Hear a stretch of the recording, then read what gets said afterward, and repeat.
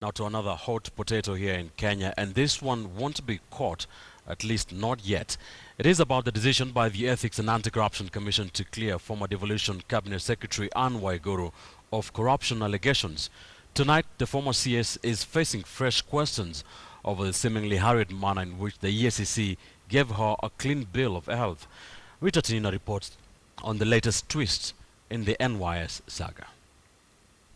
When the news came, her reaction was swift and elated. I can only say I'm extremely grateful to God. Finally, the truth is out. That after she was cleared of any wrongdoing by the Ethics and Anti-Corruption Commission in the 791 million shillings come at the National Youth Service. In the letter, the EACC stated that investigations had not established any evidence to warrant an adverse recommendation against the former CS. Waiguru resigned on the 21st of November last year, citing doctors' advice and following mounting pressure to leave office. But the speed with which the anti-corruption watchdog has finalized her case seems to have rattled her critics. The speed by which the anti-corruption authority is going around Waiguru's case is amazing. We have much older cases in this country which have been going on for over a year. They have not been finalized yet. Nandi Hills MP Alfred Keter, who moved an abortive impeachment motion against Waiguru, claims the commission did not exhaust all avenues to gather evidence. If EACC were interested in evidence and witness statements, then they should have interrogated some of us to give who have evidence.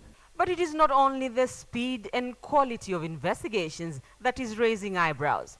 The letter is written by the EACC Chief Executive Halake Wako, which for investigations is normal procedure. But the receiver is curious. The letter is addressed to the Chief of Staff and Head of Public Service, Joseph Kinyua, at State House. Ordinarily, such a letter would be addressed to the Director of Public Prosecutions, and critics are now questioning what State House had to do with investigations by an independent commission. Waiguru's case is being hastened so that she can find her way back into government. That's how I see it. And I know there's a slot that was specifically left out by His Excellency the President for Waiguru. When he was making appointments of CSS, you remember there was one slot, budget secretary, which is supposed to operate from the office of the President, not from Treasury.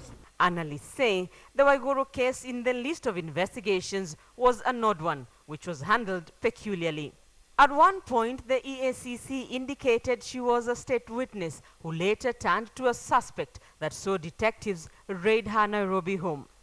Just over 2 months later, the witness turned suspect is off the hook.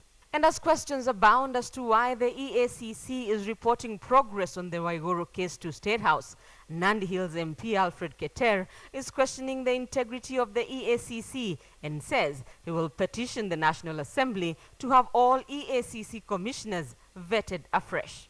Immediately when we resume tomorrow, I will petition Parliament so that we ensure that we have a clean EACC, an institution that can fight graft. EACC commissioners were vetted in early December last year and were sworn in on the 18th of last month with an entry including the vetting of commission staff. Unlike his impeachment motion against Waiguru, which flopped, Keter will be hoping for better luck this time round if he pushes ahead with his petition to have all EACC commissioners vetted again as the spotlight turns on the anti-corruption watchdog again. Rita Tinina, KTN News.